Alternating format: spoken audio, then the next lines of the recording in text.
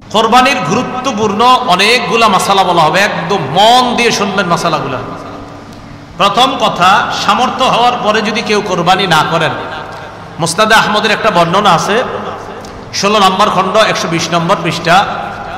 রাসূলুল্লাহ সাল্লাল্লাহু আলাইহি সাল্লাম বলেন, মান ওয়াজাদা সাআ, কারো যদি সামর্থ্য থাকে, থাকার পরেও আলাম ইউদাহি, সে কোরবানি দেয় না, সামর্থ্য আছে কোরবানি দেয় না, ফালা ইয়াকরাবান্না মুসাল্লানা, সে যেন আমাদের ঈদগাহে না আসে। রাসূলুল্লাহ সাল্লাল্লাহু আলাইহি সাল্লাম বলেন, সামর্থ্য থাকার পর যদি কেউ কোরবানি না দেয়, সে যেন আমাদের ঈদগাহে না আসে। এখন কোরবানি কার উপর ওয়াজিব, খুব মন দিয়ে শুনবো আমরা। প্রাপ্তবয়স্ক সুস্থ মস্তিষ্ক সম্পন্ন ব্যক্তি, প্রাপ্তবয়স্ক সুস্থ মস্তিষ্ক সম্পন্ন ব্যক্তি, সে যদি নেশাব পরিমাণ মালের মালিক হয়, তার উপর কোরবানি দেওয়া ওয়াজিব। আবার বলছি, সুস্থ মস্তিষ্ক সম্পন্ন নেশাব পরিমাণ মালের মালিক যদি 10, 11, 12 তারিখ এই 3 দিনের কোনো একদিন হয়, 10, 11, 12, আবার বলছি 10ই জিলহজ, 11ই জিলহজ, 12ই জিলহজ সূর্যাস্তের আগে, 12ই জিলহজ সূর্যাস্তের আগে যদি কেউ যাকাত দিতে হয়, যেই নেশাব হইলে ওই নেশাবের মালিক যদি কেউ এই 3 দিন হয়, যাকাত দেয় কয় বছর পুরো হইলে? 1 বছর। এটা 1 বছর না, মাত্র কয়দিন? 3 দিন। হ্যাঁ, 3 দিন, 10, 11, 12 জিলহজ, এই 3 দিন যদি সুস্থ মস্তিষ্ক সম্পন্ন বালেগ বালেগা নারী পুরুষ তাদের কাছে যদি নেশাব পরিমাণ সম্পদ থাকে, তাদের উপর কোরবানি দেওয়া ওয়াজিব। মনে থাকবে তো? আল্লাহ আমল করার তৌফিক দান করেন। এক্ষেত্রে একটা কথা মনে রাখবো, কোরবানির ক্ষেত্রে প্রয়োজনের অতিরিক্ত সম্পদের মধ্যে জমিনও গণ্য করবেন। যেই জমিনের ফসলটা আপনার প্রয়োজনের অতিরিক্ত, মানে এটা আপনার প্রয়োজন না, এটা আপনার না হইলেও চলে, এই জমিনের ফসল না হইলেও চলবে, এটাও কোরবানির নেশাবে ধরবেন। কি বললাম? জমিনের ক্ষেত্রে প্রয়োজনের অতিরিক্ত যে জমিনগুলো আছে, কোরবানি, শুধু কোরবানির নেশাবের ক্ষেত্রে এটাকে আমরা গণ্য করব। আল্লাহ বুঝার তৌফিক দান করেন। অনেকেই আছে কিন্তু আপনার নেশাবের মাল আছে, হয় এই 3 দিনে হয়ে যায় অনেকের, মাশাআল্লাহ। তো যাই হোক, আপনারা তো জানেন কাদের হবে কাদের হবে না, এই জন্য চেষ্টা করা, অন্তত একটা খাসি বকরি দিয়ে দিলেই তো হয়। এরপরের মাসালাটা আমরা মন দিয়ে শুনবো। নেশাব স্বর্ণের ক্ষেত্রে 52.5 তোলা স্বর্ণ, স্বর্ণের ক্ষেত্রে 7.5 ভরি স্বর্ণ, রূপার ক্ষেত্রে 52.5 তোলা রূপা, 7.5 ভরি স্বর্ণ অথবা 52.5 ভরি রূপা, 7.5 ভরি স্বর্ণ, আর রূপার ক্ষেত্রে 52.5 ভরি বা তোলা, যেটা বলেন, ভরি বললেও হবে, রূপা। এখন কথা হলো, কারো কাছে কিছু স্বর্ণ আছে, কিছু রূপা আছে, কি আছে বলেন তো? কিছু স্বর্ণ, কিছু রূপা, কিছু টাকা পয়সা আছে, এই সবগুলা মিলাইলে যদি 52.5 তোলা রূপার সমপরিমাণ হয়, কারো কাছে কিছু টাকা আছে, কিছু স্বর্ণ আছে, কিছু রূপা আছে, সবগুলা মিলাইলে তার কাছে 52.5 তোলা রূপার সমপরিমাণ অর্থ আছে, তার উপরও কোরবানি ওয়াজিব। বুঝছেননি? কারো কাছে কিছু স্বর্ণ, কিছু রূপা, কিছু টাকা পয়সা, এই সবগুলা মিলাইলে যদি 52.5 তোলা রূপার সমপরিমাণ টাকা হয়, এক্ষেত্রে স্বর্ণ বলবো না, 52.5 তোলা রূপার সমপরিমাণ যদি অর্থ হয়, তার উপরও কোরবানি ওয়াজিব। আল্লাহ আমল করার তৌফিক দান করেন। মাসালা, কোরবানির নেশাবের ক্ষেত্রে যাকাতের মতো কি পূর্ণ 1 বছর থাকতে হবে? না, পূর্ণ 1 বছর থাকতে হবে না। কোরবানির নেশাব শুধুমাত্র আপনার 10, 11, 12 এই 3 দিন জিলহজের। আর জিলহজের 12 তারিখ কি পর্যন্ত জানি? হ্যাঁ, সূর্যাস্ত পর্যন্ত, এই 3 দিন। এবার আসেন নাবালেগের কোরবানি। নাবালেগের পক্ষ থেকে কোরবানি দেওয়া যাবে কিনা? নাবালেগ যদি নেশাব পরিমাণ মালের মালিক হয়, নাবালেগ যদি নেশাব পরিমাণ মালের মালিক হয়, শিশু কিশোর অথবা সুস্থ মস্তিষ্ক সম্পন্ন ব্যক্তি না, এমন ব্যক্তির টাকা পয়সা আছে, একটা ব্যক্তির মাথা ঠিক নেই, 3 তলা 4 তলা বাড়ি আছে, কথার কথা, এর নামে আছে, হয়তো অন্যরা তাকে দেখাশোনা করে, তাহলে শিশু কিশোর তাদের টাকা আছে কোরবানি দেওয়ার মতো, নেশাব পরিমাণ মালের মালিক তারা। আরেকজন যার সুস্থ মস্তিষ্ক নাই কিন্তু টাকা আছে, নেশাব পরিমাণের মাল, এই সম্পদ আছে যেটা দিয়ে কোরবানি দেওয়া যায়, তাদের উপর কোরবানি ওয়াজিব না। বলেন, তাদের উপর কোরবানি? তাহলে বলেন তো, কোনো শিশুর নেশাব পরিমাণ মাল আছে, কোরবানি ওয়াজিব না। কোনো অসুস্থ যার মস্তিষ্কটা সুস্থ না তারও নেশাব পরিমাণ মাল আছে, কোরবানি ওয়াজিব। কারণ কোথেকে বের হয়েছে? বর্তমান হিসাব অনুযায়ী প্রায় 78 কিলোমিটারের কাছাকাছি। 78 কিলোমিটার, কিলো কিলো যেটা আপনাদের এই রাস্তাঘাটে এখন লাগায় রাখে কিলো, তাহলে 48 মাইল, বলেন 48 মাইল, আর কিলো হইলে প্রায় 78 কিলোর কাছাকাছি। যদিও 72 কিলো অনেকে বলে, কিন্তু আসল সম্ভবত আপনার সঠিক মাসালাটা হবে 78 কিলোর কাছাকাছি হওয়া। এরপর ওলামায়ে কেরাম আছেন, তাহকিক করার তো অবশ্যই সুযোগও থাকে। তো যাই হোক 48 মাইল তো মনে থাকবে, 48 মাইল এটা ঠিক আছে। তো কেউ 48 মাইল দূরত্বে যাওয়ার নিয়ত করে গন্তব্য থেকে বের হয়েছে, আর কিলো অনুযায়ী বললাম কত, প্রায় 78 কিলোমিটার। এই পরিমাণ যাওয়ার নিয়তে বের হয়েছে, তার উপর কোরবানি ওয়াজিব না, তার উপর কোরবানি ওয়াজিব না, না তার উপর কোরবানি ওয়াজিব না। এরকম মুসাফিরের উপর কোরবানি ওয়াজিব না। নাবালেগের পক্ষ থেকে যদি বাপ কোরবানি দিয়ে দেয়, কোনো বাবা টাকা সে তার নাবালেগ সন্তানের পক্ষ থেকে যদি কোরবানি দেয়, হয়ে যাবে, সওয়াব হবে, আদায় হবে। কোনো বাবা তার নাবালেগ সন্তানের পক্ষ থেকে কোরবানি দিলে কোরবানি হয়ে যাবে। বলেন এটা মুস্তাহাব, বলেন হুকুমটা কি? এই আমলটা যে করবে বাবা শিশুর পক্ষ থেকে, এটার নাম ওয়াজিব হবে না মুস্তাহাব? হ্যাঁ মুস্তাহাব। কোনো নাবালেগের পক্ষ থেকে তার বাবা যদি কোরবানি দিয়ে দেয়, বলেন তো আপনারা এটার হুকুমটা কি হবে? মুস্তাহাব। মাশাআল্লাহ। দরিদ্র ব্যক্তির কোরবানির হুকুম, এটা একটু মন দিয়ে শুনেন। দরিদ্র ব্যক্তির কোরবানির হুকুমটা খুব মন দিয়ে শুনেন। প্রথম কথা, দরিদ্র ব্যক্তির উপর কোরবানি ওয়াজিব না, কারণ তার কাছে নেশাব পরিমাণ সম্পদ নাই। কিন্তু যদি সে কোরবানি করার নিয়তে কোনো পশু ক্রয় করে, আপনি কে কইছে কিনতে, কিন্তু আপনি কিনছেন, দরিদ্র ব্যক্তি, তার উপর কোরবানি ওয়াজিব না, কিন্তু উনি কোরবানির নিয়তে একটা পশু কিনছে, তাহলে কোরবানি ওয়াজিব হয়ে যাবে এটা দেওয়া। দরিদ্র ব্যক্তি যার উপর কোরবানি ওয়াজিব না, তিনি যদি কোরবানির নিয়তে পশু ক্রয় করে, তার জন্য এই কোরবানি পশুটা কোরবানি করা ওয়াজিব হয়ে যায়। মনে থাকবে নি? তাহলে বলেন তো দরিদ্র ব্যক্তির উপর কি কোরবানি ওয়াজিব? না। যদি কিনে, তাহলে ওই পশু কোরবানি করা কি হয়ে যায়? ওয়াজিব হয়ে যায়। আল্লাহ বুঝার তৌফিক দান করেন। কেউ কোরবানির দিনগুলোতে যদি আপনার ওয়াজিব কোরবানি দিতে না পারে, কার উপর কোরবানি ওয়াজিব হয়েছে 10, 11, 12 সূর্যাস্ত পর্যন্ত আপনার কেউ যদি কোরবানি দিতে না পারে, আবার বলছি, কেউ যদি কোরবানির দিনগুলোতে ওয়াজিব কোরবানি দিতে না পারে, কোরবানি ওয়াজিব কিন্তু আপনি দিতে পারেন নাই, ইতিমধ্যে কোরবানির দিন শেষ হয়ে গেছে, 10 গেল, 11 গেল, 12 চলে গেছে শেষ, কিন্তু আপনার উপর ওয়াজিব ছিল, দেন নাই, এখন কি করবেন? এখন আপনি একটা ভালো মানের খাসির সমপরিমাণ মূল্য সদকা করে দিবেন। একটা ভালো মানের খাসির সমপরিমাণ মূল্য, এখনো কিনেন নাই, পশু কিনেন নাই। ও এক্ষেত্রে মনে রাখবেন, আপনার উপর কোরবানি ওয়াজিব, এখনো আপনি পশু ক্রয় করেননি। কোরবানি ওয়াজিব হয়েছে কিন্তু পশু কিনেন নাই। ইতিমধ্যে 10 গেল, 11ই জিলহজ গেল, 12ই জিলহজ চলে গেল, এখন আপনি কোরবানির পশু কিনেন নাই, কোরবানিও দেন নাই। সেক্ষেত্রে আপনি কি করবেন বলেন তো? আপনি একটা ভালো মানের ছাগলের মূল্য সদকা করে দিবেন। ছাগলের মূল্য কি করে দিবেন? সদকা করে দিবেন।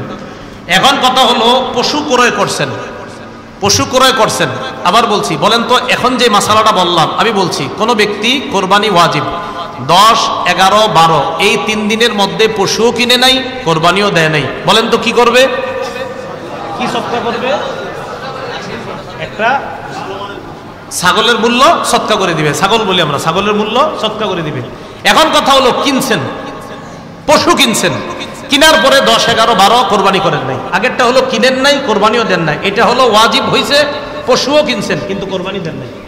ইতিমধ্যে 10, 11, 12 চলে গেছে। সেক্ষেত্রে কি করবেন? সেক্ষেত্রে ওই জীবিত পশুটাই সদকা করে দিবেন। সেক্ষেত্রে কি করবেন? জীবিত পশুটা। আবার মন দিয়ে বুঝেন। তাহলে এবার আপনাদেরকে জিজ্ঞাসা করি, কারণ এখানে আরেকটা মাসালা বলবো ইনশাল্লাহ।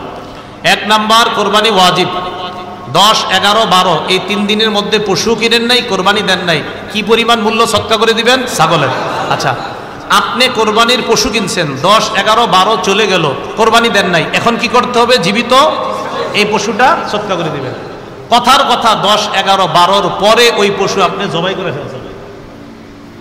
এটা কিনছিলেন কোরবানির জন্য, কোরবানির জন্য কেনা পশুটা 10, 11, 12 পরে আপনি জবাই করছেন। এখন কি করবেন?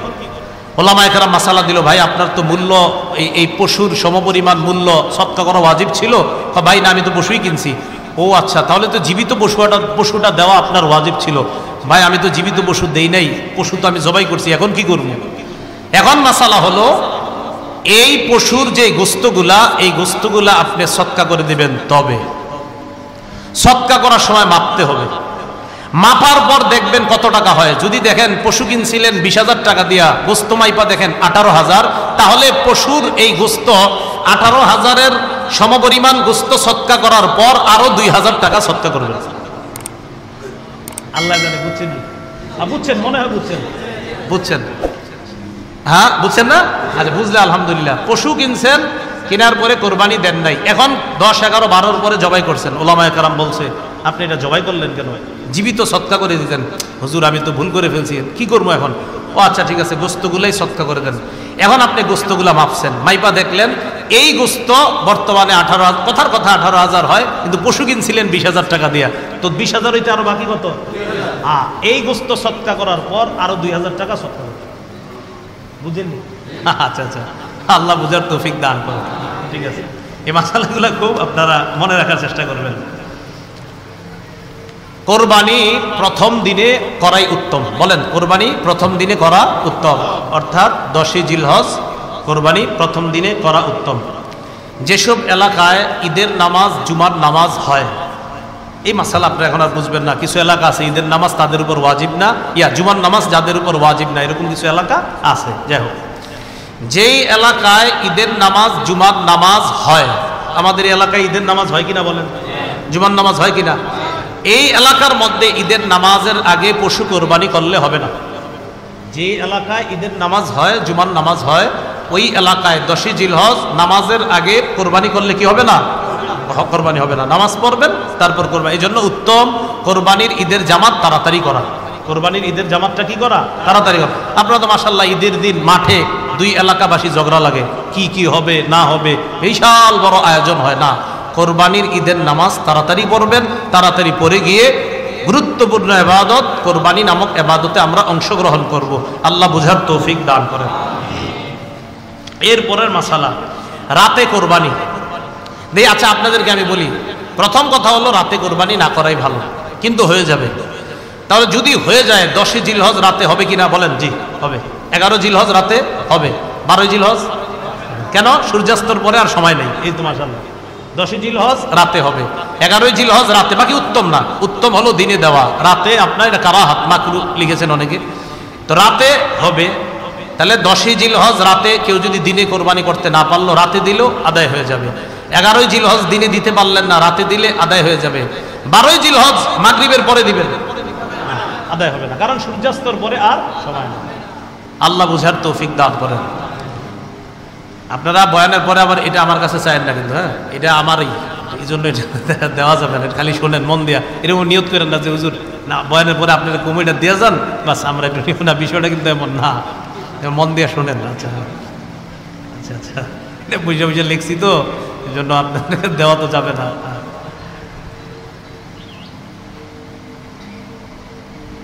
পশুর কোরবানি করার ক্ষেত্রে একজন ধনী মানুষ পশু কিনছে, আর একজন গরিব মানুষের উপর তো কোরবানি ওয়াজিব না। খুব মন দিয়ে শোনেন, ধনী মানুষ পশু কিনছে, কেনার পর চুরি হয়ে গেছে, হারায় গেছে।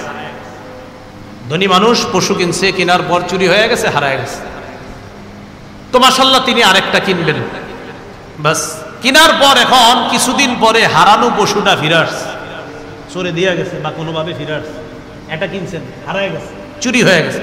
কিছুদিন পর চুরিকৃত পশুটা ফিরে আসছে, আবার এদিক দিয়ে আরেকটা কিনছেন, এখন পশু হইল কয়টা? 2টা। এক্ষেত্রে আপনার ইচ্ছা, আপনি যেটা মন চায় এটা কোরবানি দিবেন, 2টার একটা কোরবানি দিয়ে দিলেই হয়ে যাবে। কিন্তু গরিব মানুষ, ওনার উপর কোরবানি ওয়াজিব ছিল না, উনি কিনছে। বলেন উনি কি করছে? কিনছে। এখন উনি কেনার পর ওনার পশুটা চুরি হয়ে গেছে, তার উপর আর কোরবানি ওয়াজিব না, কারণ লা ইউকাল্লিফুল্লাহু নাফসান ইল্লা উসআহা, যেহেতু তার উপর এটা চাপাচাপি করা হবে না। তো তিনি কিনছিলেন, কেনার পর এটা হারায়া গেছে, এখন উনি কি করছে? আরেকটা কিনছে। ওনার উপর ওয়াজিব ছিল না, কিন্তু আরেকটা কিনছে। প্রথমটাই কিনা ওনার জরুরি ছিল না, কিন্তু প্রথমটা কিনছে। কেনার পর চুরি হইল, চুরি হওয়ার পর উনি আরেকটা কিনছেন। আরেকটা কেনার পর চুরিকৃত পশুটা ফিরে আসছে। তাহলে ধনী মানুষের পশু ছিল, পশু হয়ে গেল দুইটা, একটা দিলে হয়ে যায়। গরিব মানুষ যেটা প্রথমে কোরবানির নিয়তে কিনছে, এটা হারিয়ে যাওয়ার পর তিনি নিজে থেকে আরেকটা কিনছে, কেনার পর হারানো পশুটা ফিরে আসছে, এখন হইল কটা পশু? দুটোটা কোরবানি করতে হবে। আপনি কে কইছে প্রথমটা ইয়া করে? আপনি তো দুটোটাই ওয়াজিব। আল্লাহ জানে, বুঝছেন নি? আচ্ছা, আল্লাহ বুঝার তৌফিক দান করুন। দুটোটা কোরবানি করা ওয়াজিব, কারণ ওনার উপর তো ছিল না বাধ্যবাধকতা। উনি প্রথমটাও বাধ্য ছিল না, কিনছে। দ্বিতীয়টাও উনি বাধ্য ছিলেন না, এরপরেও কিনছে। আবার প্রথমটা ফিরে আসছে, তো দুইটা আসছে, কি হয়েছে? তুমি দুটোটাই দিবা। এটাই ইসলামী শরীয়ত, বুঝতে হবে। পশুর গুণাগুণ খুব মন দিয়ে শুনবো আমরা। আল্লাহ আল্লাহ। ওট, গরু, মহিষ, ছাগল, ভেড়া ও দুম্বা দ্বারা কোরবানি করা জায়েজ। বলেন ওট, বলেন সবাই ওট। গরু, মহিষ, ছাগল, ভেড়া, দুম্বা, এগুলো দ্বারা কোরবানি করা কি আছে? জায়েজ আছে। গৃহপালিত পশু ছাড়া অন্যান্য পশু, বলেন তো আমার সাথে, গৃহপালিত পশু ছাড়া অন্যান্য পশু। বলেন, যেমন হরিণ, বন্য গরু, এগুলো দ্বারা কোরবানি জায়েজ নেই। গৃহপালিত পশু ছাড়া, যেমন হরিণ, বন্য গরু ইত্যাদি, এগুলো দ্বারা কোরবানি দেওয়া কি নাই? জায়েজ নাই।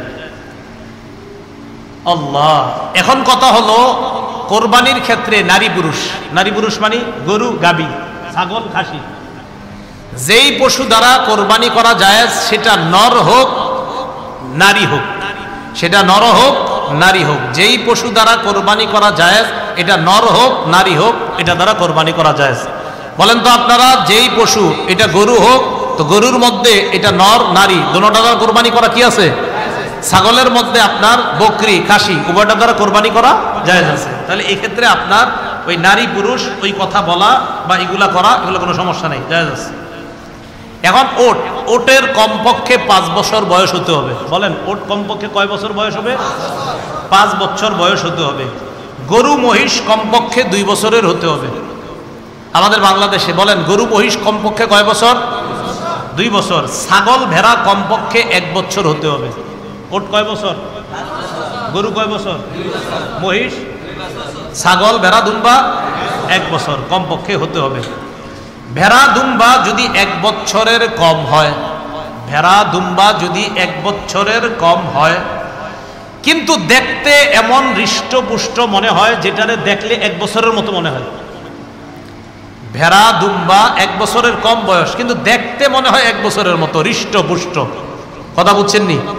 আচ্ছা, আগে আবার বলেন, ভেড়া, দুম্বা, ছাগল সাধারণত নিয়ম কয় বছর হওয়া?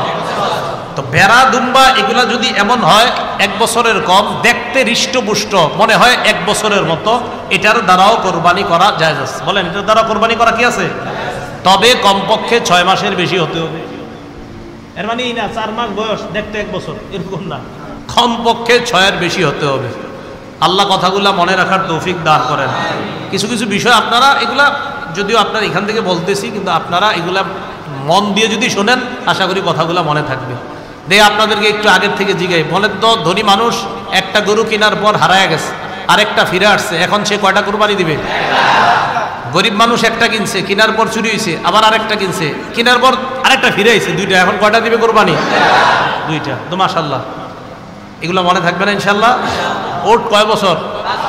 গরু, মহিষ, মহিষ কয় বছর? 2 বছর। কোরবানি কয় তারিখে? 10, 11, 12, সূর্যাস্ত আগ পর্যন্ত। 12 তারিখ সূর্যাস্তের রাতে কোরবানি দেওয়া জায়েজ নেই। উত্তম কখন? দিনে দেওয়া। আচ্ছা, কথাগুলো মনে রাখবেন। এক পশুতে শরীকের সংখ্যা, শরীকে কোরবানি দিন আমরা, শরীকে কোরবানি। ছাগল, ভেড়া, দুম্বা এগুলা কয়জনে জানি হবে? একবার সবাই জানি আমরা। ছাগল, ভেড়া, দুম্বা কয়জনে? একজনে, বাস, এটা তো আমরা সবাই জানি। ওট, গরু এগুলা 7 জনে দেওয়া যাবে। কয়জনে দেওয়া যাবে? 2 জনে দেওয়া যাবে, 3 জনে দেওয়া যাবে, 4 জনে দেওয়া যাবে, 5 জনে দেওয়া যাবে, 6 জনে দেওয়া যাবে, 7 জনে দেওয়া যাবে। আর বলছি, ওট, গরু 2 জনে দেওয়া যাবে, 3 জনে দেওয়া যাবে, 4 জনে দেওয়া যাবে, 5 জনে দেওয়া যাবে, 6 জনে দেওয়া যাবে, 7 জনে দেওয়া যাবে। শরীকানা কোরবানি এটা দেওয়া জায়েজ আছে আপনার। এক্ষেত্রে আমরা তিরমিজির 1502 নম্বর হাদিসটা মনে রাখতে পারি। জাবির ইবনে আব্দুল্লাহ রাদিয়াল্লাহু তাআলা আনহুর বর্ণনা, তিনি বলেন নাহান্না মা রাসূলিল্লাহি সাল্লাল্লাহু আলাইহি সাল্লাম, আমরা রাসূলুল্লাহ সাল্লাল্লাহু আলাইহি সাল্লামের সাথে কোরবানি করেছি ইয়াউমাল হুদাইবিয়া, আমাল হুদাইবিয়া, হুদাইবিয়া যুদ্ধের সময়, আল বাদানাতা আন সাবআতিন ওয়াল বাকারাতা আন সাবআতিন, ওট করেছি 7 জনের পক্ষ থেকে, গরুও করেছি 7 জনের পক্ষ থেকে। ওট করেছি 7 জনের পক্ষ থেকে, গরুও করেছি 7 জনের পক্ষ থেকে। আচ্ছা, 7 জন মিলে যদি কোরবানি করে, এক্ষেত্রে অংশ বন্টন কিভাবে হবে? 7 জনে করুক, 5 জনে করুক, 3 জনে করুক, অংশ বন্টন সমান সমান হবে। বলেন অংশ বন্টন? হ্যাঁ, এক্ষেত্রে আপনারা তো জানেনই, কেউ যদি মনে করেন 50,000 টাকার একটা কোরবানি গরু, একজন দিছে 20,000, একজন দিছে 20,000, আরেকজন দিছে 20,000, হলো কত? 40, আরেকজন দিছে 10,000, কত হলো? তাহলে ভাগ তো অবশ্যই আপনার প্রথমে 5 ভাগ সমান সমান করবেন। 5 ভাগ সমান সমান কইরা একজনে পাবে 2 ভাগ, আরেকজনে পাবে 2 ভাগ, আরেকজনে পাবে 1 ভাগ। সুন্দরভাবে করলে তখন আপনার ওই কোথাও হাড্ডি বেশি গেল বা কম গেল, এই অস্বসাটা ভিতরে কাজ করবে না। প্রথম কথা যে একজনে 20,000 দিল, আরেকজন 20,000, তো 20,000 ওয়ালা 2 ভাগ, আরেক 20,000 ওয়ালা 2 ভাগ, আর 10,000 ওয়ালা 1 ভাগ। কথার কথা আপনার। এখন আপনি মনে করেন এই 5 ভাগ বন্টন করলেন, করার পর 2 ভাগ নিবে একজন, আর 2 ভাগ নিবে আরেকজন, গেল 4 ভাগ, আরেক ভাগ নিবে আরেকজন, গেল 5 ভাগ। ব্যাস। কোরবানির পশু জবাই করার পর আপনি চাইলে 3 ভাগ করতে পারেন। 1 ভাগ গরিবরে দিলেন, 1 ভাগ প্রতিবেশী আত্মীয় স্বজন তাদেরকে দিলেন। এক্ষেত্রে একটা মাসালা, এই মাসালাটা হলো, আচ্ছা এটা বলবো না, এটা বললে পরে আবার আপনারা কৃপণতা করবেন। কি করবেন? কৃপণতা। এটা দরকার নেই, ঠিক আছে, মাথায় আসছিল, দরকার নেই। হ্যাঁ, বন্টন করেন, বন্টন করেন, গরিবরেও দিয়েন, প্রতিবেশীদেরকেও দিয়েন। ব্যাস, এটাই রাখেন। বন্টন করেন, প্রতিবেশীদেরকে দিয়েন, সবাই দিয়েন। হ্যাঁ, ঠিক আছে, দিবেন। হ্যাঁ, কি কয়? অনেক কয় বুঝছি বুঝছি, কি বুঝছি কে জানে।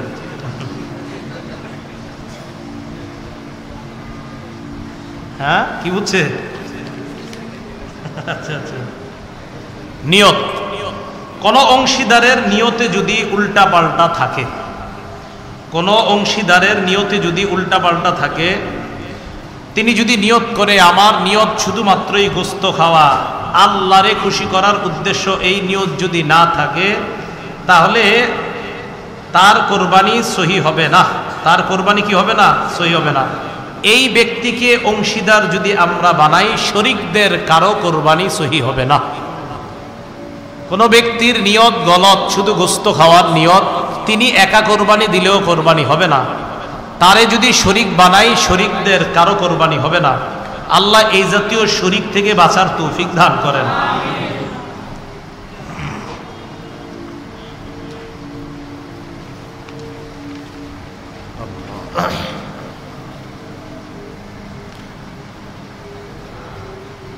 শরীকদের উপার্জন যদি অধিকাংশ কারো উপার্জন হারাম হয় অথবা পুরাটা হারাম হয়, 5 জনে কোরবানি দিলেন, 7 জনে দিলেন, 3 জনে দিলেন, এই শরীকদের কারো অংশ উপার্জন যদি বেশির অংশ হারাম হয় অথবা পুরাটা হারাম হয়, তাহলে তারে না নেওয়া, তার কারণে কারো কোরবানি হবে না। শরীকদের মধ্যে কারো পুরা অংশ যদি হারাম হয় অথবা বেশি অংশ যদি হারাম হয়, তাকে নিবেন না। তাকে নিলে কারো কোরবানি হবে না। খুব ভালো করে মনে রাখবো।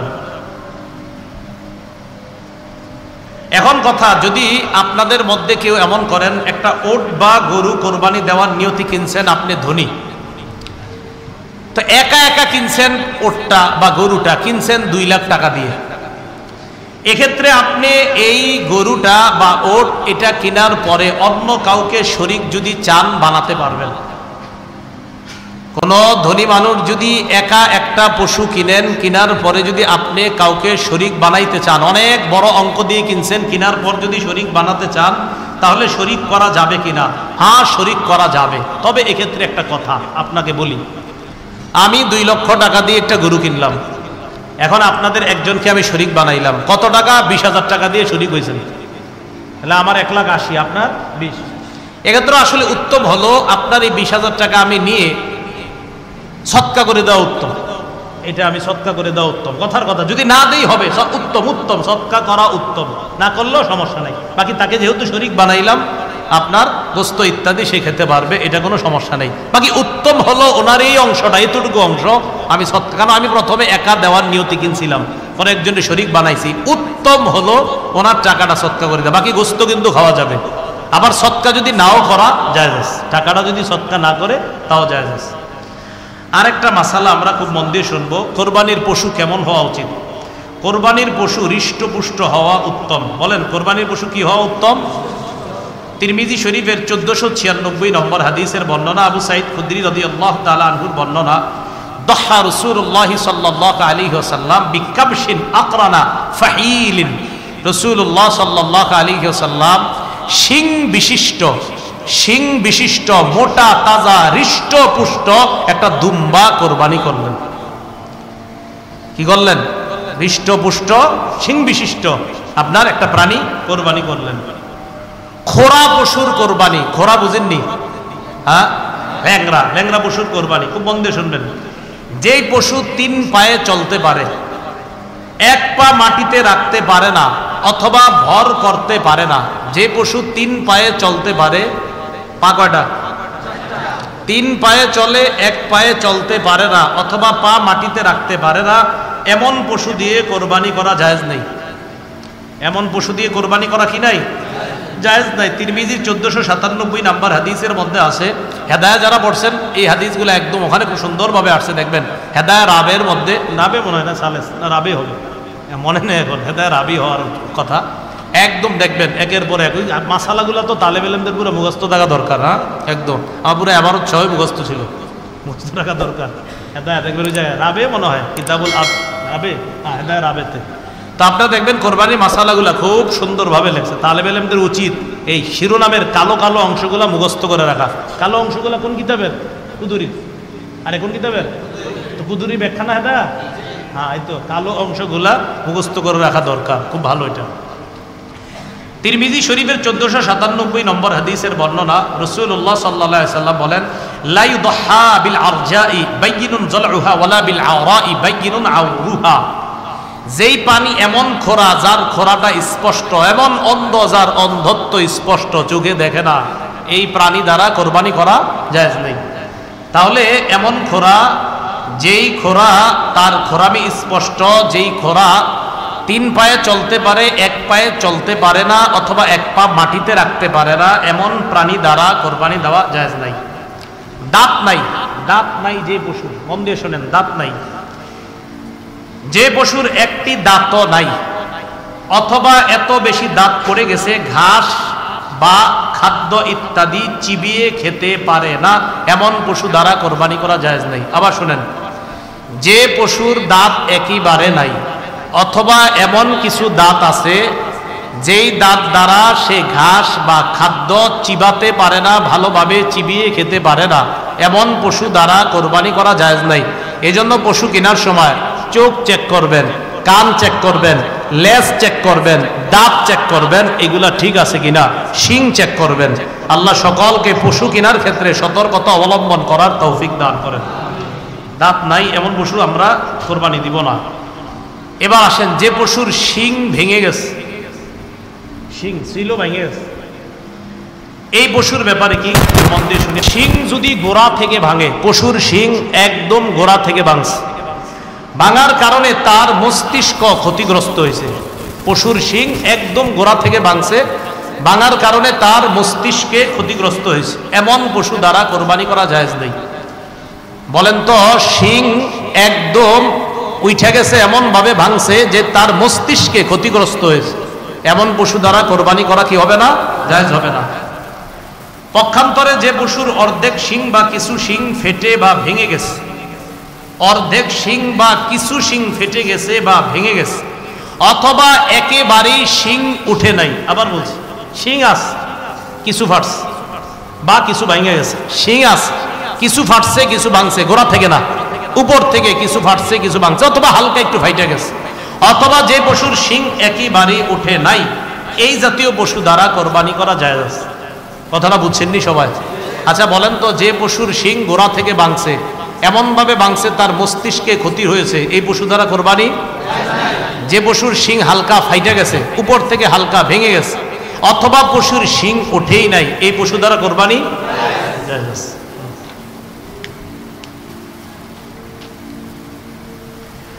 কান কাটা কাটা বা লেজ কাটা পশু, কান কাটা বা লেজ কাটা পশু, যে পশুর লেজ বা কোনো কান অর্ধেক বা তার চেয়ে বেশি কাটা সে পশু দ্বারা কোরবানি করা জায়েজ আছে কিনা? আবার শুনি প্রশ্নটা।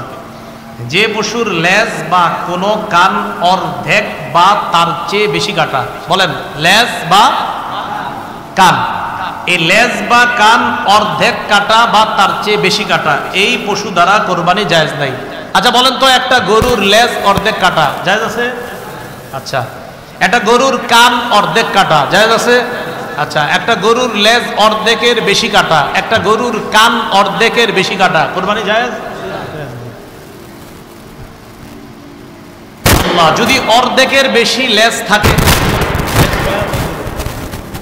আনুমানিক 2 হাত 1 হাত, আচ্ছা যদি এখন আধা হাতের বেশি ভালো আছে ধরে নেই, আমরা মনে করেন যদি 1 হাত ধরেন বা একটু বেশি, উনি বলছে 1 হাত, আমি তো বলতে পারি না 1 হাত না 2 হাত, যাই হোক, যদি আচ্ছা যদি 2 হাত ধরেন, তো 2 হাত ধরলে সোয়া 1 হাত ভালো আছে, সোয়া 1 হাত ভালো আছে, জায়েজ আছে। কান 4 ভাগ ধরে নিই আমরা, 4 ভাগের 3 ভাগ ভালো আছে, জায়েজ আছে। কান 4 ভাগের 3 ভাগ ভালো আছে, এই পশু দ্বারা কোরবানি জায়েজ। লেজ 4 ভাগ ধরেন, কথার কথায় 3 ভাগ বেশির অংশ ভালো আছে, এটা দ্বারা জায়েজ আছে। আর বলেন তো, অর্ধেক যদি খারাপ থাকে কান বা লেজ, কোরবানি জায়েজ? অন্ধ পশুর কোরবানি, এটা আগে বলছি, যে পশুর 2টি চোখ অন্ধ বা 1 চোখ পুরো নষ্ট সে পশু দ্বারা কোরবানি জায়েজ আছে কিনা? উত্তর, যে পশুর 2টি চোখ অন্ধ অথবা 1 চোখ পুরা নষ্ট সে পশু দ্বারা কোরবানি জায়েজ নাই। বলেন তো, গরুর 2 চোখ আছে, একটা পুরা নষ্ট, জায়েজ? 2 চোখ পুরা অন্ধ, জায়েজ? জায়েজ নেই। গর্ভবতী পশুর মাসালা শুনি। গর্ভবতী, অনেকে ধোকা দিয়ে আপনি বেশ বিক্রি করে ফেলেন, যিনি কিনে তিনিও বুঝতে পারেন না এটা যে গর্ভে বাচ্চা ছিল। বিসমিল্লাহ, আল্লাহুম্মা লাকাল হামদু ওয়া লাকাশ শুকরু।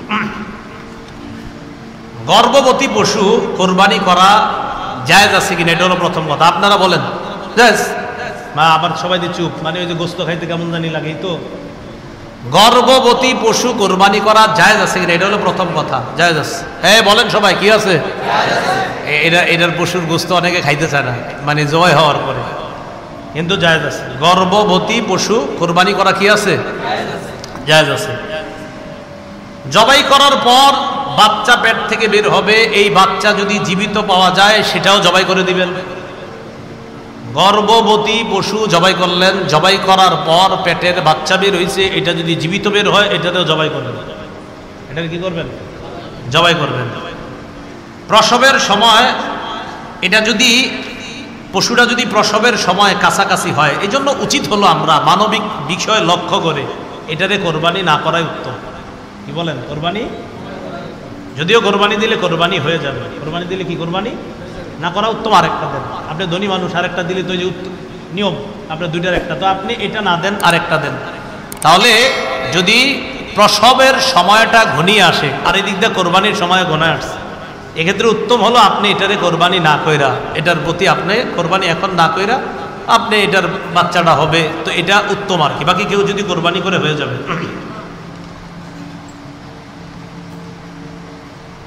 কোরবানির নিয়তে ভালো পশু কিনছেন, কেনার পর যদি এমন কোনো দোষ দেখা যায় যার কারণে কোরবানি জায়েজ হবে না, তাহলে এই পশু দ্বারা কোরবানি জায়েজ হবে না।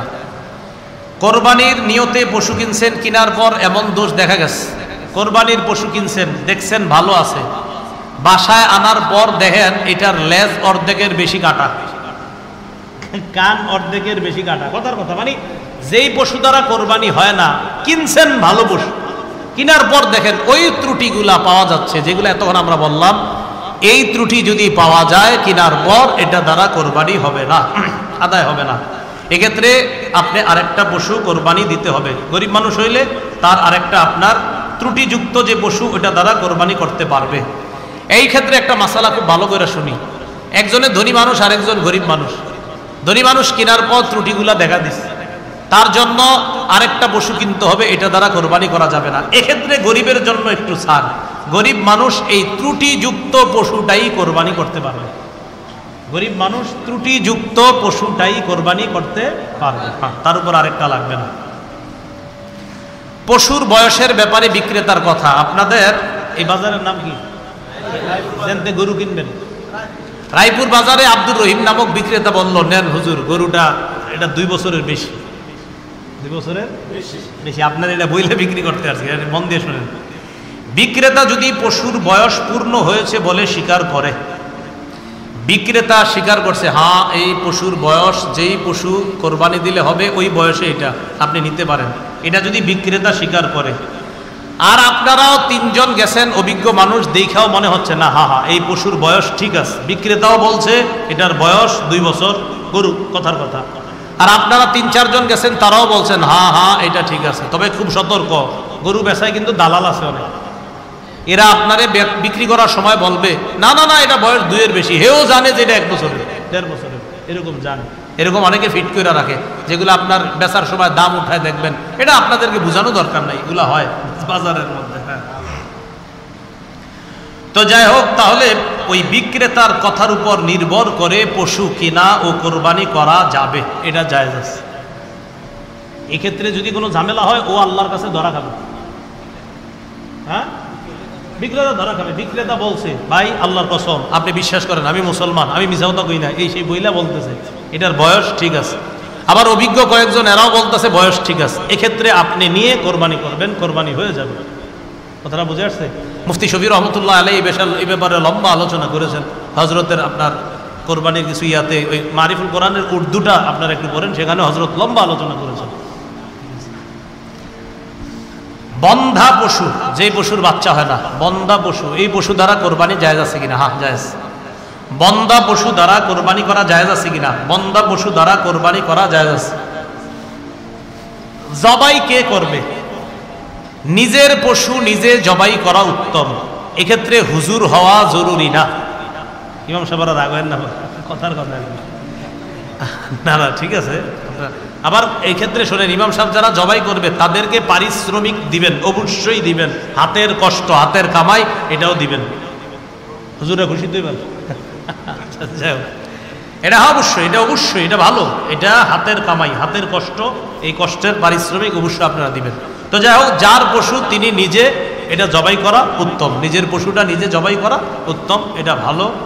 দোয়াটা পড়ে নিব আমরা, ইন্না সলাতি ওয়া নুসুকি ওয়া মাহইয়ায়া ওয়া মামাতি লিল্লাহি রাব্বিল আলামিন লা শারীকা লাহু ওয়া বিযালিকা উমিরতু আনা আউয়ালুল মুসলিমিন, হলো কোরআনের আয়াত, আনা মিনাল মুসলিমিন হলো দোয়া। হ্যাঁ হ্যাঁ, আউয়ালুল মুসলিমিন সূরা আনামের 162-63 নম্বর আয়াত, আর দোয়াটা হলো ওয়া আনা মিনাল মুসলিমিন। হ্যাঁ, আউয়ালুল মুসলিমিন হলো কোরআনের আয়াত, আর আনা মিনাল মুসলিমিনটা হলো নবীজির দোয়া। ঠিক আছে না? ঠিক আছে। জবাইয়ে একাধিক ব্যক্তি যদি শরিক হয়, খুব মন দিয়ে শুনবো, জবাই করার ক্ষেত্রে যদি একাধিক ব্যক্তি শরিক হয়, ওলামায়ে কেরাম যখন জবাই করতে যায় পশুর গলার মধ্যে এভাবে না থাকেন, চাকুটা ছুরিটা রাখার পর পাশে যিনি কসাই বা কেউ থাকে উনি কি করেন, হুজুর আপনি একটু ছোঁয়া দিয়ে যান, বাকিটা আমি দেখতেছি। আরে হয় কিনা? আচ্ছা, এদের ওলামায়ে হযরত যারা, ইমাম সাহেব যারা আপনারা করবেন, আপনারা ওই রগটা পরিপূর্ণ কাটার চেষ্টা করবেন, যেই রগটা কাটলে আপনার গরুর বা প্রাণীর প্রাণটা যায়, ওটা পর্যন্ত অন্তত যেন আমরা ওই ধারালো চাকু ছুরিটা চালাইতে পারি, এই চেষ্টাটা আমরা করব। হ্যাঁ, এক্ষেত্রে যদি আপনি কিছু শরিক হওয়ার পর কসাই অথবা এলাকার যারা আপনারা শরিক হবেন, যদি কথার কথা জবাই 2 জন যদি শরিক হন বা 3 জন শরিক হন, সেক্ষেত্রে বিসমিল্লাহ আল্লাহু আকবার দোনোজনই বলবেন। ভাই বুঝছেন নি? আপনি 2 জন শরিক হইলেন, হুজুর আপনি ছোঁয়া লাগান, আমি আসি, হুজুরে ছোঁয়া লাগাইলে হুজুরও বিসমিল্লাহ আল্লাহু আকবার বলবে, আপনি ছোঁয়া লাগাবেন আপনিও বিসমিল্লাহ আল্লাহু আকবার বলবেন। আরে বুঝছেন নি? হ্যাঁ, বিসমিল্লাহ আল্লাহু আকবার আপনিও বলবেন। হাদিসে আছে আপনার আনাস ইবনে মালিক থেকে বর্ণনা, রাসূলুল্লাহ সাল্লাল্লাহু আলাইহি ওয়াসাল্লাম আপনার বিকাবশাইনে আমলাহাইন, দহা বিকাবশাইনে আমলাহাইন, রাসূল সাল্লাল্লাহু আলাইহি ওয়াসাল্লাম 2টা প্রাণী জবাই করেছে, সাম্মা ওয়া কাব্বারা, রাসূল সাল্লাল্লাহু আলাইহি ওয়াসাল্লাম বিসমিল্লাহ আল্লাহু আকবার বলেছেন। তো যাই হোক, এক্ষেত্রে আমরা বিসমিল্লাহ আল্লাহু আকবার, বিসমিল্লাহটা অবশ্যই বলবো, এই কথাটা আমরা মাথায় রাখবো। আরেকটা বিষয়, বলার সময় আমরা গ্রামগঞ্জের অনেক মানুষ এমন করি, যদিও এটা আপনারা না বুঝেই করেন, আব্দুর রহমান ভাই আপনার গরু কিভাবে কোরবানি দিব বলেন। তা আব্দুর রহমান আরো 4-5 জন আছে, ওনারা এসে বলে হুজুর নামগুলো এখানে লেখা আছে, এই 5 নামেই কোরবানি হবে, বলি কিনা এটা পৃষ্ঠাতে, হুজুর এই 5 নামে হবে, নেন, এই 7 নামে হবে, এই 3 নামে হবে, নেন, এরকম হয় কিনা? আচ্ছা, এক্ষেত্রে আমরা বাংলাটা এভাবে না বলে আমরা বলবো, বলেন আমার সাথে বলেন, বলেন এই 5 জনের পক্ষ থেকে, বলেন এই 3 জনের পক্ষ থেকে, আমার পক্ষ থেকে, আমার আব্বার পক্ষ থেকে আল্লাহর নামে জবাই করব। তাহলে 3 নামে এভাবে বলবো না, আমরা বলবো 3 জনের পক্ষ থেকে আল্লাহর নামে, 5 জনের পক্ষ থেকে আল্লাহর নামে, 3 জনের পক্ষ থেকে আল্লাহর নামে। এখন থেকে যদিও এটা মানুষ না বুঝেই করতো যে হুজুর আসলে তো উদ্দেশ্য এটাই আল্লাহর নামে জবাই, কিন্তু ওই না বুঝা বইলা ফেলে আর কি, হুজুর 3 নামে 5 নামে এবার বলবো, আমরা বলবো 3 নামের পক্ষ থেকে আল্লাহর নামে, 5 নামের পক্ষ থেকে আল্লাহর নামে। ওনারা মনে থাকবে না ইনশাআল্লাহ? তাহলে বলেন তো কার নামে জবাই হবে? কার পক্ষ থেকে? বলেন আমাদের। কার নামে জবাই হবে আর কাদের পক্ষ থেকে? এবার সুন্দরভাবে বলি, বলেন কার নামে জবাই? কার পক্ষ থেকে? বলেন বান্দার পক্ষ থেকে। কার পক্ষ থেকে? কার নামে? কার পক্ষ থেকে? এবার মনে রাখবো তো, আর ঝামেলাগুলো হয় না আমাদের। কোরবানির পশু দিকে, পশু যেটা এটা জবাই করার আগে উপকৃত হওয়া যাবে কিনা? আপনি কিনে আনছেন, এখন এটা হাল চাষ করতে নিয়ে গেলেন, কথার কথা এটা আনছেন, যেহেতু আনছি আমার ঘরে 5-6 দিন থাকবো, এটা 10-12 দিন বান্ধা রাখলাম, তো কালকে সকালে নিয়ে যাই একটু হাল চাষ করি, দেখি না কেমন হয়, খুব মন দিয়ে শুনি, দুধ ইত্যাদি আসবে আসবে ইনশাল্লাহ আসবে, একটু সবুর করেন, সব আসবে। কোরবানির পশু কেনার পর বা নির্দিষ্ট করার পর তা থেকে উপকৃত হওয়া জায়েজ আছে কিনা, এটা হলো কথা। না, জায়েজ নেই। বলেন পশু কেনার পর তা থেকে উপকৃত হওয়া কি নাই? জায়েজ নাই। হাল চাষ করা, আরোহণ করা, পশম কাটা ইত্যাদি, আপনি এটার উপর একটু বইলেন, বইয়া দেখলেন, আমার একটা ছবি তোলা ফেসবুকে দাও, এইগুলো করবেন না, ঠিক আছে না ইনশাল্লাহ? এগুলো আমরা করবো না। আর কোরবানির দিন তো মাশাল্লাহ জবাই কইরা ওই গায়ে রক্ত ফেসবুকে দিয়ে দেয়, মানে আমি বুঝি না এটার ফায়দা কি, এইটা করেন কেন? আপনি কার জন্য জবাই করছেন? পরে দেখাইলেন সবাই যে আমি আল্লাহর জন্য জবাই করছি। যদি সত্যি আল্লাহর জন্য কইরা দেয় থাকে, এটা আপনি ভালো জানেন। ফেসবুকে যারা এটা দেন, কয়জনে এই নিয়তে দেন, দেখো আল্লাহরে খুশি করলাম, ছুরিটা এমনি রয়ে রাখছেন আর এই রক্ত একটু লেগে রয়েছে দিকে, এগুলো করেন না। আসলে এগুলো বাড়াবাড়ি হয়ে যায় আমাদের, আসলে সত্যি বাড়াবাড়ি হয়। কি দরকার আছে বলেন? বাড়াবাড়িগুলো আমাদের না করা, আল্লাহ হেফাজত করেন। কোরবানির পশুর দুধ, এটাও একটা উপকার। দুধ খাওয়া একটা উপকার না? আরে কয় উপকার না?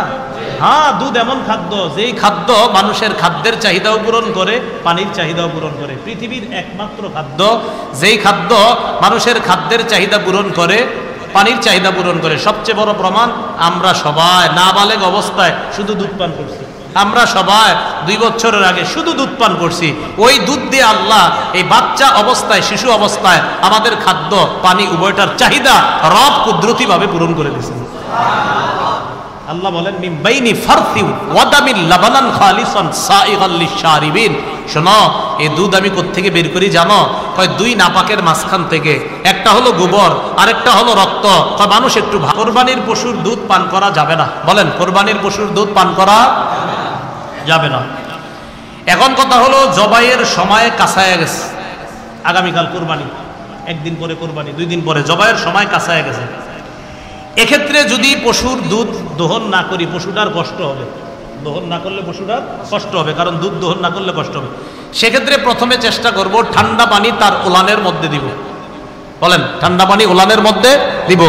ঠান্ডা পানি দুধের ওলানে, পশুর ওলানে দিলে তার কষ্টটা কম হয়। তার কষ্ট কি হয়? কম হয়, এবং দুধ বন্ধ অনেকটা হয়ে যায়। তো ঠান্ডা পানি আমরা ওলানের মধ্যে দিব। কথা বুঝে আসছে?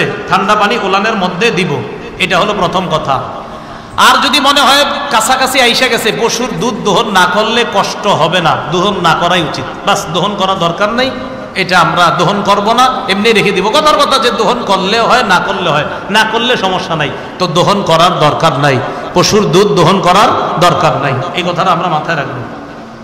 দহন যদি করে ফেলি, সেক্ষেত্রে কি করব? গরুর দুধ দোহায় ফেলছি, সৎকা করে দিব। দোহায় ফেললে কি করব? সৎকা করে দিব। শরীক যারা আছে আমরা এগুলা খাবো না। এখন কথা হলো, আপনারা 4 জনে মিললে একটা পশু ক্রয় করছেন। কয়জনে মিলে? 4 জনে। চতুর্থ জনের নাম আব্দুর রহমান। আব্দুর রহমানের বাড়িতে পশুটা আপনি পালতে দিছেন। তো দুধের পশুটা কার বাড়িতে? আব্দুর রহমানে কি করছে, একদিন পশুর দুধ দোহায়া নিজে খাইলেছে। খাইলেন। খাওয়ার পরে চাঁদপুরের এক আলেম বলে ফেলছে আপনি খাইছেন ইন্নালিল্লাহ। হ্যাঁ, আপনি কেন খাইলেন? খাইলেছেন কি করবো, কটুক খাইছেন? আধা কেজি পরিমাণ হইব, মানে এক পা, ওই পরিমাণ মূল্য সৎকা করে দিবে, ওই পরিমাণ মূল্য সৎকা করে দিবে। ভাই মাসালা মনে থাকবে? প্রথম কথা বলেন, দুধ খাওয়া যাবে? যদি দুধ না দোহাইলে কষ্ট না হয় দোহানো যাবে? যদি দোহায়া ফেলে কি করবে? যদি কোরবানি দাতা যিনি উনি খায়া ফেলে মূল্য সৎকা, কি কিনলে সৎকা করবে? বলেন, সবাই বলেন, কি সৎকা করবে? মূল্য সৎকা করবে। আগের মাসালা থেকে একটা মাসালা আমরা আলোচনা করি আবার। পশু কিনলেন, পশু ক্রয় করলেন আপনি কোরবানি দেওয়ার নিয়তে, 10, 11, 12 জিলহজ কোরবানি দিতে পারেন নাই। মাঝখানের থেকে একজন বলেন 10, 11, 12 এই 3 দিনে পশু কিনছেন কোরবানি দেওয়ার নিয়তে, কিন্তু পশুটা কোরবানি করতে পারেন নাই। যে কোনো একজন বলেন কি করতে হবে? জীবিত না মৃত?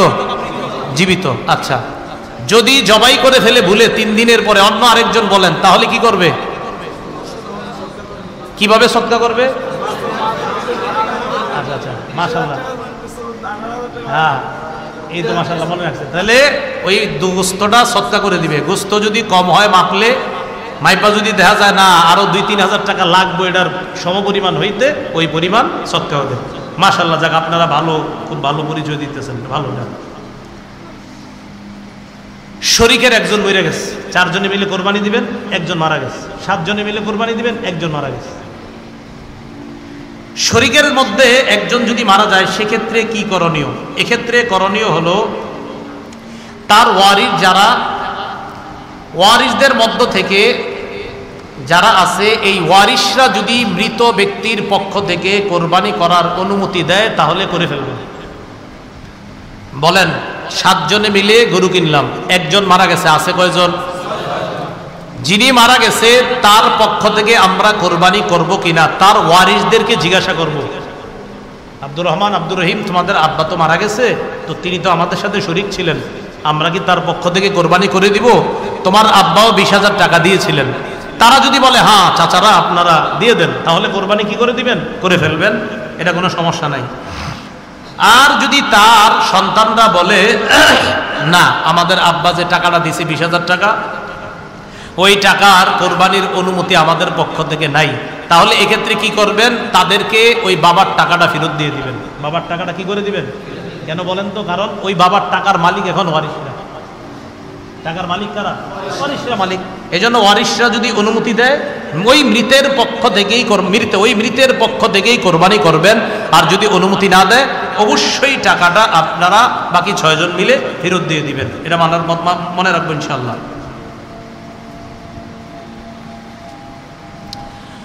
কোরবানির পশু জবাই করলেন, জবাই করার পর একটু আগে আমরা একটা মাসালা জানছি যে এটারে জীবিত জবাই করে দেওয়া, যদি জীবিত বের হয় এটাও জবাই করা।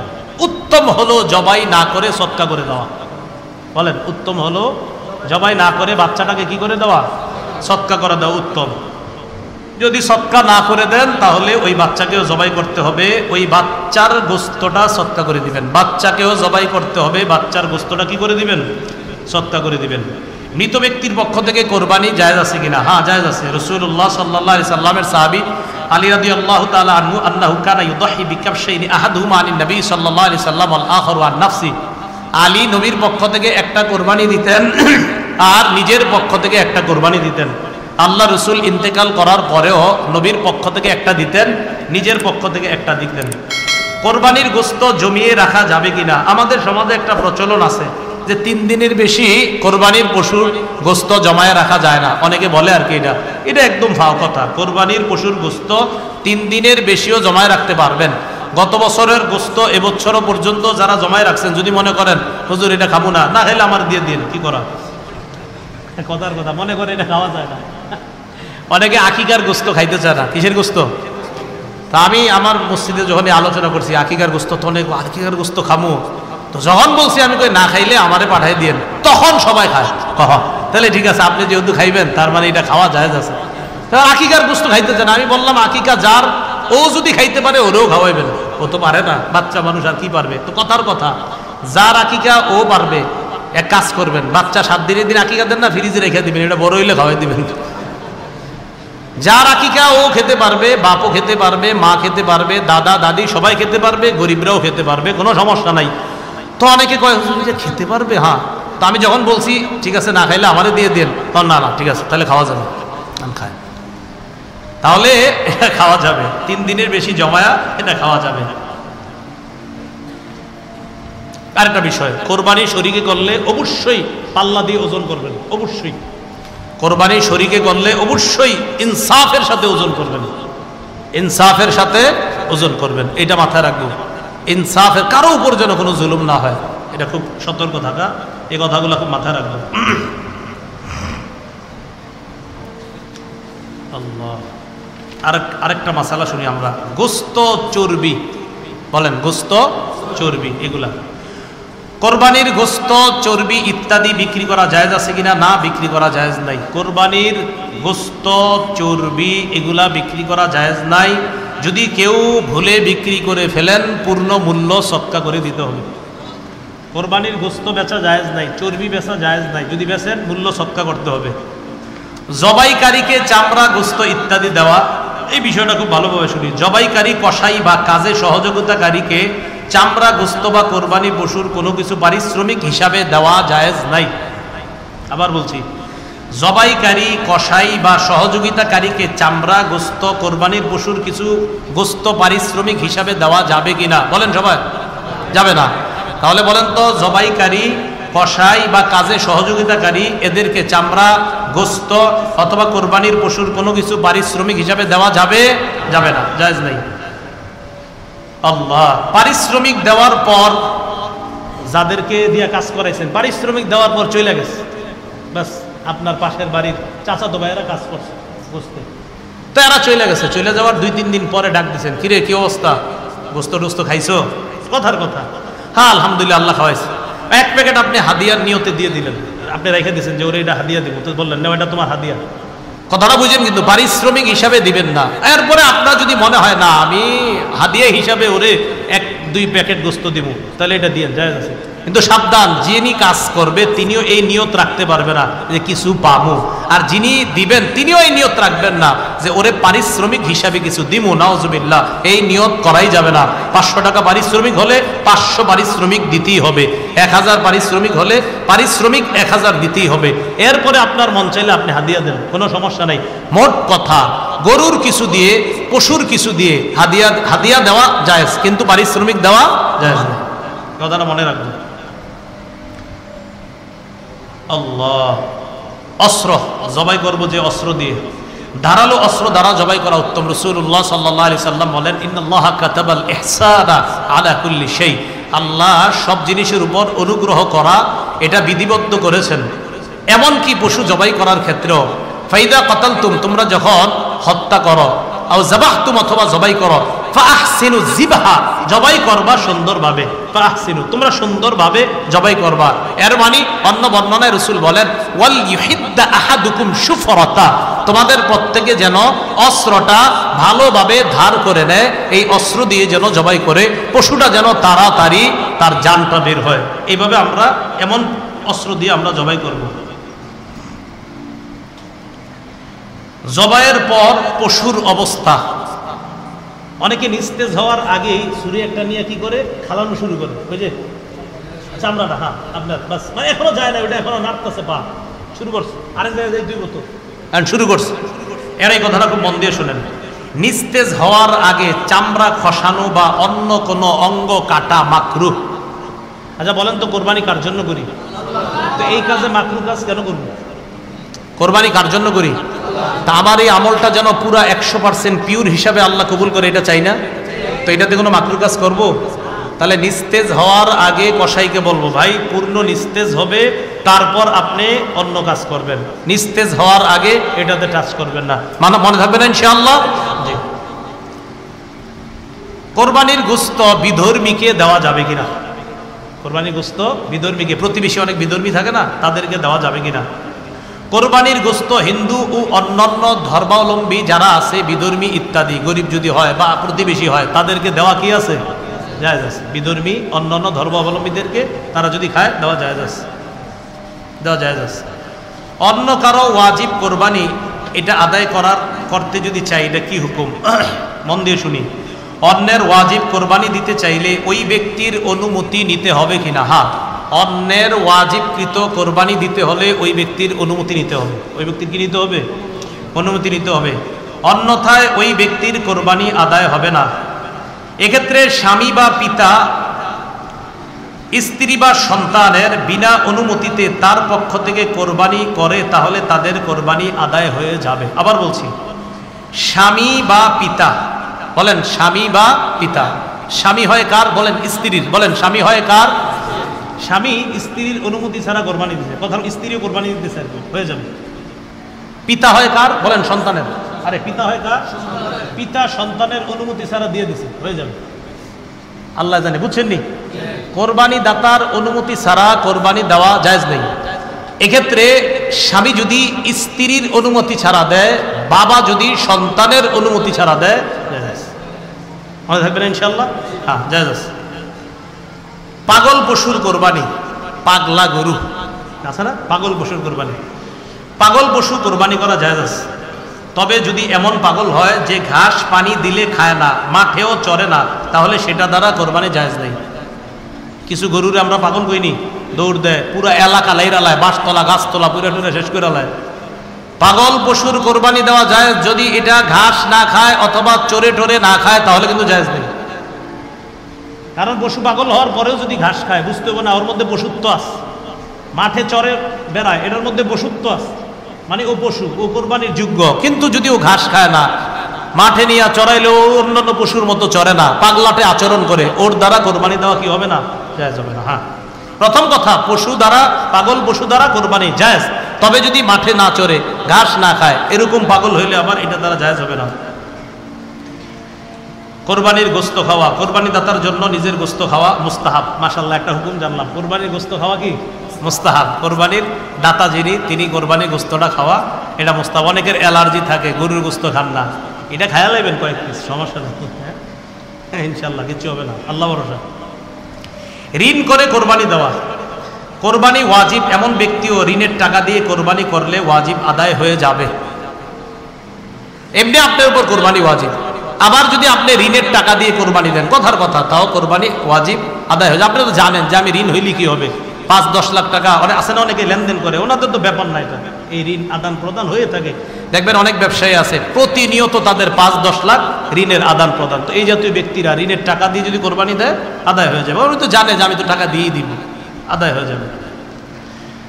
হাজিদের উপর ঈদুল আজহার কোরবানি, যে সকল হাজি কোরবানির দিনগুলোতে মুসাফির থাকবে তাদের উপর ঈদুল আজহার কোরবানি ওয়াজিব নয়। যে সকল হাজি কোরবানির দিনগুলোতে মুসাফির থাকবে, আচ্ছা এটা অন্য মাসালা, আপনার যদি মুসাফির থাকে, এখন মাশাআল্লাহ হাজি সাহেবরা আর মুসাফির না, ওখানে যাওয়ার পরে নিয়ত করে আপনার প্রায় 30 দিনের নিচে কেউ না, অনেকে আছে 10 দিন থাকে, 15 দিনের নিচে হলে তো মুসাফির।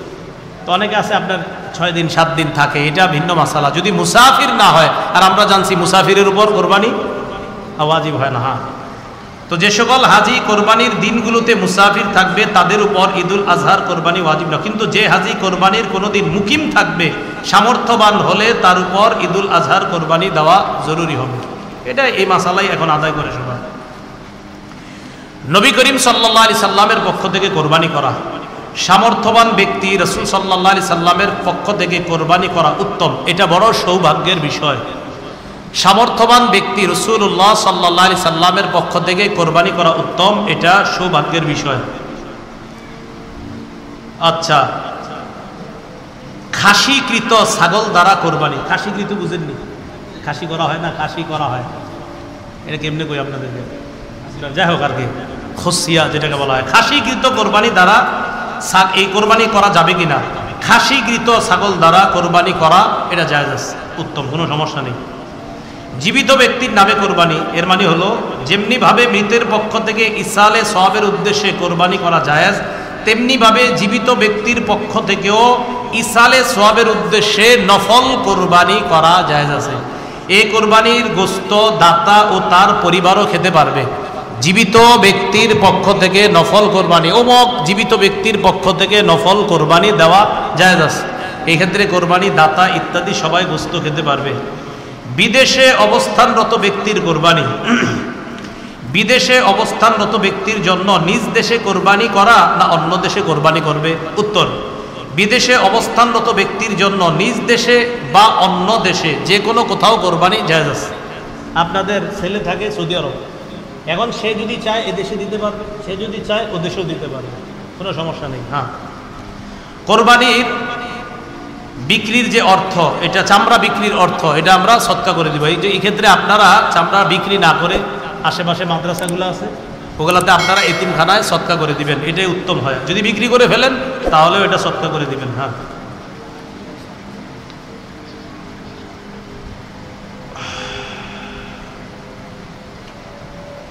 আচ্ছা, ঈদুল আজহার দিন এবছর কোরবানির নিয়ত আছে কাদের কাদের? দেখি একটু, ইনশাল্লাহ, সমস্যা নেই। হ্যাঁ, আচ্ছা, ঈদুল আজহার দিন সর্বপ্রথম কোরবানির গোশত দিয়ে প্রথম খানা শুরু করা সুন্নত। ঈদুল আজহার দিন মানে আপনি কোরবানি দিবেন, তা আপনার জন্য উত্তম হলো, সুন্নত হলো সর্বপ্রথম কোরবানির গোশত দিয়ে খানা শুরু করা, এটা উত্তম। এর অর্থ হলো সকাল থেকে কোনো কিছু না খেয়ে প্রথমে কোরবানির গোশত হওয়া। সকাল থেকে কিছু খাবেন না, প্রথমে কোরবানির গোশতটা খাবেন। এটা যদি পারেন আর কি, না পারলে সমস্যা নেই, অন্য কিছু খাওয়া যাবে। কোরবানির পশুর হাড় বিক্রি করা। কোরবানির মৌসুমে অনেক মহাজন কোরবানির হাড় ক্রয় করে থাকে। টোকাইরা বাড়ি বাড়ি থেকে হাড় সংগ্রহ করে তাদের কাছে বিক্রি করে, এদের ক্রয় বিক্রয় জায়েজ। টোকাইরা ক্রয় মানে আপনার নিয়ে গেছে, আপনার বাড়ির সামনে পড়ে রয়েছে, ওরা নিয়ে গেছে, ওরা বিক্রি করলে সমস্যা নেই। টোকাই বেচারা নিয়ে গেছে টুকরায়, এর মানে কেমন জন্য ওরা আপনি দান করে দিচ্ছেন। টোকাই নিয়ে গেছে মানে আপনি দান করে দিচ্ছেন। টোকাই যদি হাড় ইত্যাদি নিয়ে বিক্রি করে তাহলে এটা জায়েজ আছে, এটা কোনো সমস্যা নেই। আল্লাহ, কিন্তু কোন কোরবানি দাতার জন্য নিজ কোরবানির কোনো কিছু এমনকি হাড়ও বিক্রি করা জায়েজ হবে না, করলে মূল্য সৎকা করে দিতে হবে। এ কথা ভালো করে আমরা মনে রাখবো। মহাজনরা কোনো কোরবানি দাতার থেকে, মহাজনরা জানেন কি কোরবানি দিছে, ওনার থেকে আপনারা এটি কিনবেন না, এটা ঠিক না। এই বিভিন্ন বড় বড় হোটেল মালিকদেরকে এগুলো বলে দিবেন, এটা ঠিক না। কাজের লোককে কোরবানির গোশত খাওয়ানো। কোরবানির পশুর কোনো কিছু পারিশ্রমিক হিসাবে দেওয়া তো জায়েজ নাই, এটা আগেও বলছি আমরা। পারিশ্রমিক হিসাবে কাজের লোককেও কোরবানি দেওয়া, কোরবানির গোশত দেওয়া যাবে না। পারিশ্রমিক হিসাবে কাজের লোক, ঘরে কাজের লোককেও পারিশ্রমিক হিসাবে গোশত দেওয়া যাবে না। ঘরের অন্যান্য সদস্যরা কোরবানির গোশত যেমন খায় কাজের লোকও তেমন খাবে। কাজের লোক খায় কিনা ঘরে? খায়। তো এই যেমনিভাবে আমি দুপুরে খাই, রাতে খাই, কাজের লোকও খাবে, কিন্তু এরকম না যে তারা আমি পারিশ্রমিক দিতেছি, না, আমিও খাই, সেও খাচ্ছে, সমস্যা নেই। কিছু কিছু এলাকায় দরিদ্রদের মাঝে একটা প্রচলন আছে যে কোরবানির দিন আমগো তো সামর্থ্য নাই, মোরগ কোরবানি করি। কি কোরবানি? এই জাতীয় কুসংস্কার থেকে বেঁচে থাকবো। বলেন, এই জাতীয় কুসংস্কার থেকে কি করে থাকবো?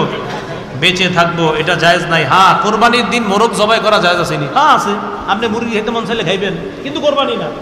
এ বুঝছেন, কিন্তু আন্দাজি বেশ লাগায় না। আপনার মুরগি খাইতে মন চাইলে খাইবেন জবাই করা, কিন্তু কোরবানি না। বুঝছেন নি? মোরগ আসবে না কোরবানির দিন, মোরগ জবাই করো, আমার মন চাইছে খাইতে, মুরগি খাবো, সমস্যা নেই। তো কোরবানির দিন মোরগ যদি জবাই করে খান সমস্যা নেই, খাবেন, কিন্তু এরকম না যে হুজুর আমি এটা মোরগ কোরবানি করলাম।